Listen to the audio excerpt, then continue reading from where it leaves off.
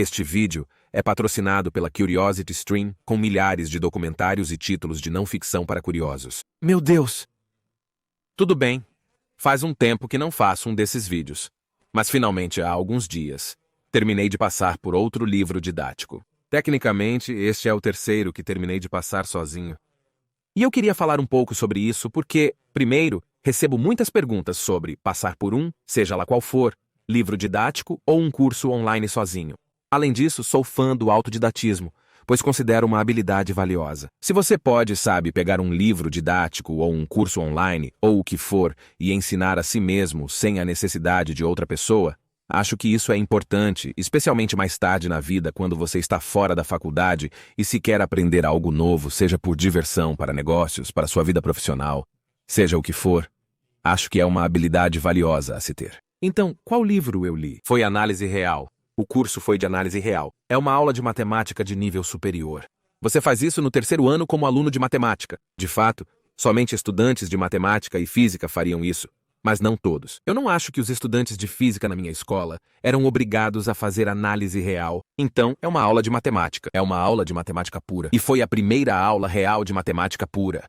Aula baseada em provas que eu fiz além do pré-requisito para isso, que era simplesmente, provas. E como fazer provas diferentes. Sim, é uma aula de matemática pura avançada. Foi a primeira vez na minha vida que eu passei, 1 hora ou 2 frequentemente. Eu diria que a maior parte do tempo, olhando para um problema e não tendo a menor ideia de como começá-lo.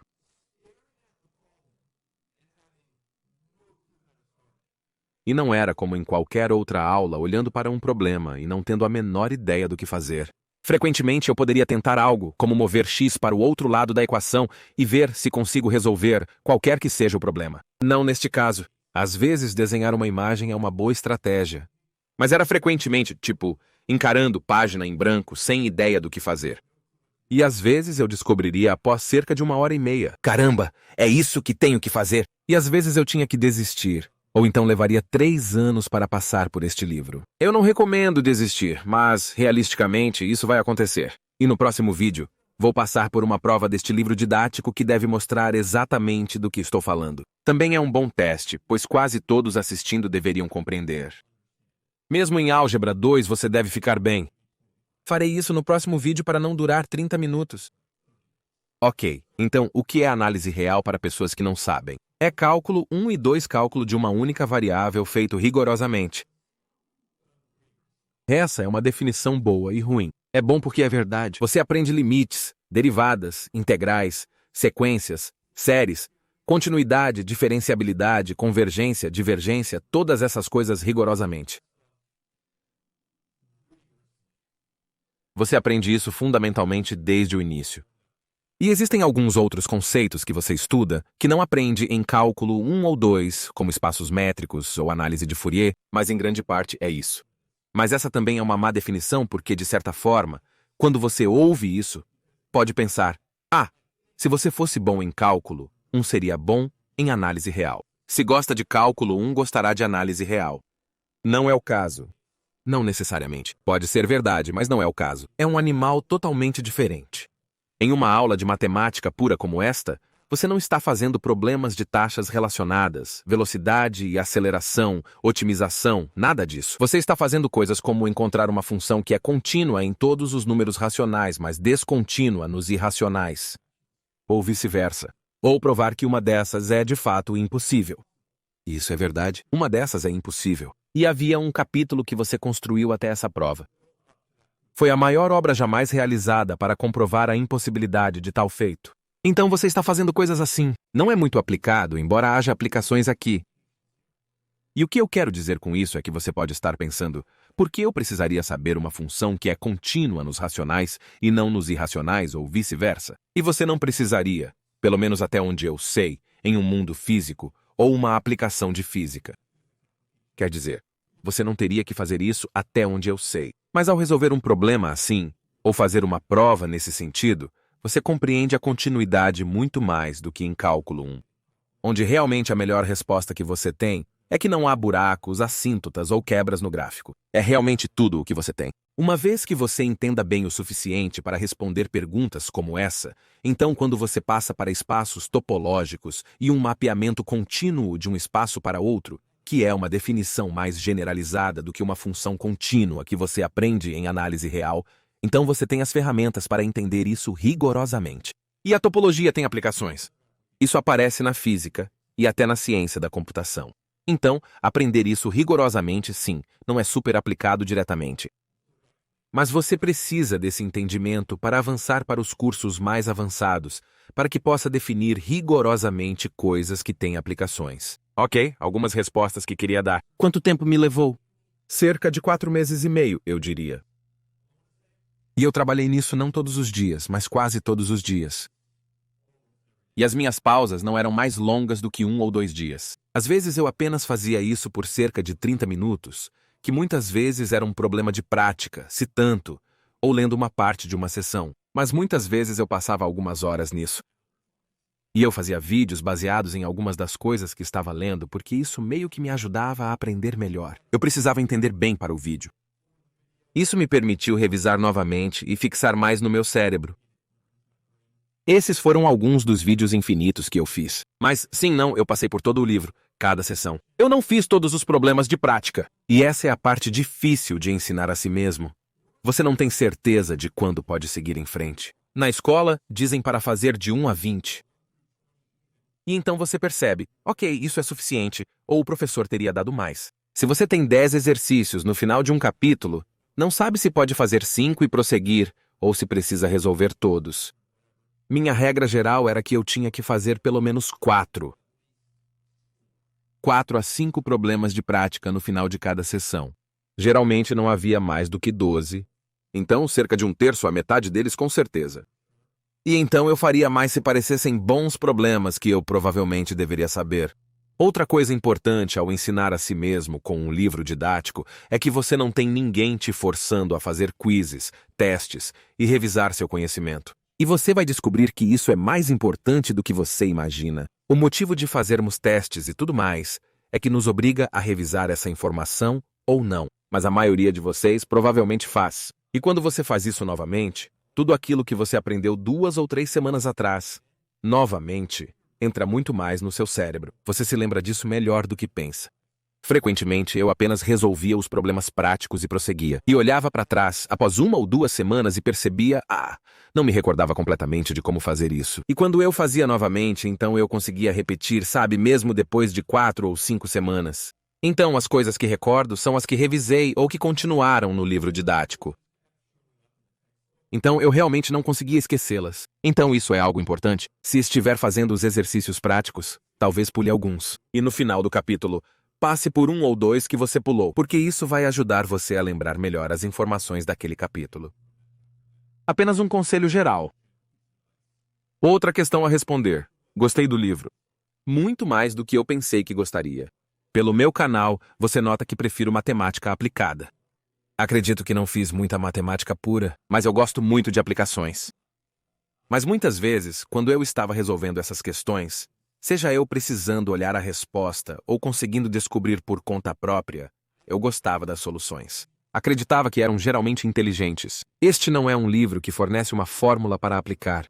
Você tem que pensar, você tem que ser criativo. Em muitos casos, é necessário pensar de forma abstrata. Por exemplo, você prova o teorema de Hoyle, que é um conceito de cálculo 1. Se você tem uma função onde você tem a intervalo de A para B e f de A é igual a f de B, então você sabe, se essa função é diferenciável, que você tem um ponto nesse intervalo onde a linha tangente, a derivada, é 0.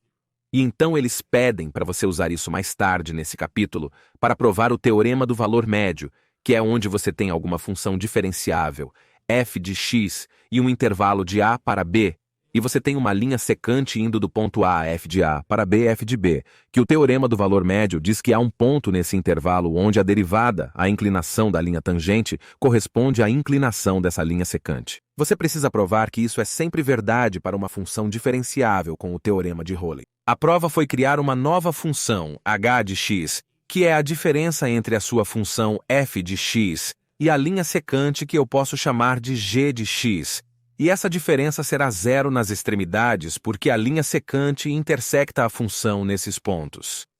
Então, neste intervalo, Ag de x começará e terminará no mesmo valor de BA. Esboçamos o resto da função considerando essas diferenças e aplicamos o teorema de Rolle por conta das coordenadas e correspondentes. E quando você aplica o teorema de Rolle usando as equações reais, o teorema do valor médio surge. E quando vejo coisas assim, acho que é interessante. Provavelmente não teria pensado nisso, mas gosto. Isso é inteligente. Não era algo que simplesmente te mandaram fazer, então você tem que pensar de forma criativa. Mas uma vez que você vê isso uma vez, você pode usar essas técnicas mais tarde, e isso aconteceu. Temos essa função geral f de x, e você não sabe nada sobre ela. Eu não sei onde começa e onde termina, mas posso usar certas técnicas para mapear essa função para uma nova onde tenho mais controle ou mais conhecimento sobre os pontos finais, ou as coordenadas e, ou o que quer que seja. Então, essa aula de matemática pura exige pensamento criativo. Não é como cálculo ou pré-cálculo. E então eu falei muito sobre estratégias de autoensino no último vídeo, então confira isso, se você quiser mais dessas. Eu diria que uma pergunta que recebo muito é de pessoas desencorajadas por não conseguirem resolver certos problemas ou quando ficam presas naquela página em que você tem que ler aquele parágrafo 8 vezes e você começa a meio que... Você está tipo, ok, eu meio que entendo, mas por que é assim? É difícil de superar. Isso desencoraja muito as pessoas. Deixe-me apenas dizer isso. Isso sempre acontecerá. Se você for se auto-ensinar, se for aprender algo novo, provavelmente chegará a um ponto em que estará realmente preso. Não se trata de tentar evitar isso. À medida que você se ensina mais, aprende a temer menos isso. Você não se assustará quando isso ocorrer, pois saberá, já estive aqui antes. Eu vou ler isso repetidamente. Procurarei vídeos no YouTube. Vou pesquisar em fóruns para descobrir. Eu vou descobrir isso. E você começa a temer isso cada vez menos. Então isso é algo para se ter em mente. Chegará um momento em que ficará preso. Isso ocorreu comigo em cada parte do livro, onde você começa a ler e fica confuso. Como você chegou a isso? A palavra, obviamente, é usada de forma solta em matemática avançada. Estou começando a ver que isso é claramente verdadeiro. Eu estou tipo, o quê? Não é. Descobri logo após 10 minutos. Eu fiquei tipo, sim, isso era óbvio. Uma vez que você percebe, mas sim, às vezes você fica preso assim. Perceba que não é apenas você, sou eu também, e quase todos ao seu redor. E passar por um livro didático é lento. É possível ler uma página por 1 hora. Isso é bom. Isso é normal. Às vezes você tem que fazer isso, especialmente em uma aula pura e rigorosa como esta. E tenho certeza de que o mesmo seria verdade para muitos cursos superiores de STEM. Então, sobre estar realmente preso em problemas de prática, sem conseguir resolver e querendo desistir, eu passei por isso. Então não entre em pânico se tiver que desistir de um problema. Não se sinta derrotado. Aqui está o que eu fiz quando isso aconteceu. Certifique-se de ter um livro didático. Recomendo a obtenção de um manual de soluções ou buscá-lo online, pois houve ocasiões em que pensava saber resolver um problema. Passei por isso e quase continuei, pois sabia que estava certo. E então eu procurava a resposta e percebia que havia algo sutil que eu havia perdido. E às vezes até o livro sabia disso. Eles dizem que se fizer o que eu fiz, está errado. É um erro comum que os alunos cometem. Então é por isso que eu recomendo ter as soluções. Se você precisa procurar a resposta, procure e entenda primeiro por que essa é a resposta. Entenda por que a solução é o que é. Se você apenas olhar e dizer tanto faz, sem aprender, não adianta. Então certifique-se de entender o porquê. Depois faça esse problema novamente mais tarde, em 1 hora ou um dia, seja o que for.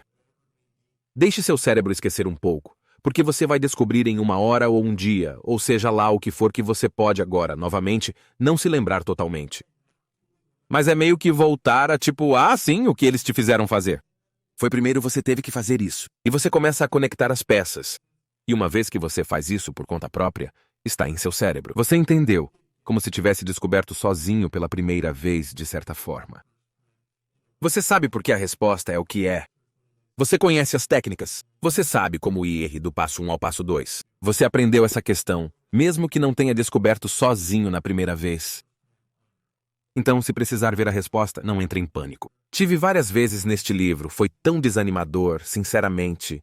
mas está tudo bem, onde eu estaria tipo na questão 2. Permanecia lá por 1 a 2 horas. Após 2 horas, geralmente buscava a resposta. Mas eu estaria fazendo o número 2 e eu procuraria a resposta. E às vezes era realmente complicado. Não sei se teria pensado nisso sozinho. E às vezes era fácil. Às vezes eu pensava por que eu não pensei nisso, mas na minha cabeça, todos esses problemas eram difíceis. Então eu estava sempre procurando algo inteligente quando eu realmente não precisava. Pensei, caramba, perdi isso. Vamos para o número 3. A mesma coisa exata aconteceria. Em seguida, eu iria para o 4. E o mesmo ocorreria. Ocorria às vezes 3 ou 4 vezes seguidas. Eu estava tipo, me dê um descanso, que eu possa resolver. Mas essa é a realidade de um curso de nível superior em matemática, ciência, engenharia. Isso pode acontecer. Então apenas perceba isso, e está tudo bem. Mas novamente, tente resolver o problema sozinho mais tarde. Garanta que compreende a solução. Se desistir sem tentar, você não aprendeu de fato. Havia mais uma coisa que eu queria mencionar. Usei este livro didático. Se você também vai ensinar análise real para si mesmo, este livro. Nem mesmo pense. Apenas vá com este livro. É o melhor livro de análise real para autoaprendizagem, na minha opinião, apenas passando por uma espécie de varredura de outros livros didáticos. Este não é o principal que eles usam na escola. Acho que seria Rudin. Acho que foi isso. Mas para autoaprendizado, este aqui. Muitas vezes, quando procuro livros didáticos que quero usar para autoaprendizado, pode ser meio complicado. Porque, novamente, você não tem certeza. Devo escolher o mais difícil e rigoroso? Devo escolher o livro mais fácil? Ou o livro mais fácil não me permitirá avançar? Se está se auto-ensinando, deve estar em uma das 3 categorias. Você está se adiantando para o próximo semestre ou trimestre escolar. Você é o hobbyista que está aprendendo porque gosta desse tipo de coisa. Ou você está aprendendo para a sua vida profissional. Você quer começar um negócio. Você quer criar um produto. Você deseja publicar um artigo sobre isso. Se você está na 3ª categoria, então provavelmente vai querer os livros didáticos ou cursos mais rigorosos, ou aqueles que lhe darão as ferramentas que você precisa para alcançar quaisquer objetivos que você tenha. Se você está na 1ª categoria, para a escola, provavelmente deve pegar o livro recomendado pelos seus professores. Mas se você é o hobbyista, se você é o número 2, que basicamente sou eu no momento, não necessariamente pegue o livro didático mais difícil se isso for te desencorajar especialmente. Você conhece o seu nível, mas, por exemplo, este livro foi um pouco mais fácil de ler do que alguns dos outros. Mas ainda era rigoroso. Foi muito desafiador e me deu tudo o que eu preciso para passar para a próxima aula. Estou estudando um livro de topologia de conjuntos pontuais agora. E análise real, eu diria, é o pré-requisito para isso. Tenho tudo o que preciso. Todo o rigor que eu preciso para o livro de topologia estava lá em análise real. Não se desespere se não conseguir o livro didático mais difícil. Provavelmente isso não vai te impedir de seguir em frente se é isso que você quer fazer.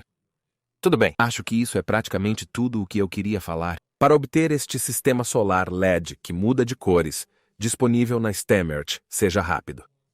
Fique atento ao próximo vídeo onde mostrarei como é uma dessas provas. E antes de irmos, quero agradecer a CuriosityStream por patrocinar este vídeo. Mesmo sendo um vídeo de matemática pura, como mencionei, ainda aprecio o material aplicado. Então, um dos meus documentários preferidos nesta plataforma é o Quebra-Código. Esta é a história de como a matemática e a criptografia contribuíram para o fim da Segunda Guerra Mundial. No entanto, isso vai além de Alan Turing, cujo nome é o mais famoso quando se trata deste assunto. Este vídeo passa pela história de um matemático chamado Bill Tutte e um engenheiro chamado Tommy Flores, e o que eles foram incrivelmente capazes de fazer no campo da criptografia e o efeito que tiveram na guerra. Ele também aborda as matemáticas reais usadas para decifrar as comunicações alemãs. Então, este é definitivamente um que eu recomendo. CuriosityStream pode ser acessado globalmente em diversas plataformas. Se assistir até 3 de janeiro de 2021 com o código promocional ZACSTAR, ganhará 25% de desconto na assinatura anual. Portanto, por apenas $14,99 você tem um ano de acesso ilimitado a OS Melhores Documentários, abrangendo matemática, física, engenharia, história e mais. Com isso, finalizo o vídeo. Grato a iOS e meus apoiadores no Patreon como sempre. Siga-me nos links das redes sociais abaixo e nos vemos no próximo vídeo.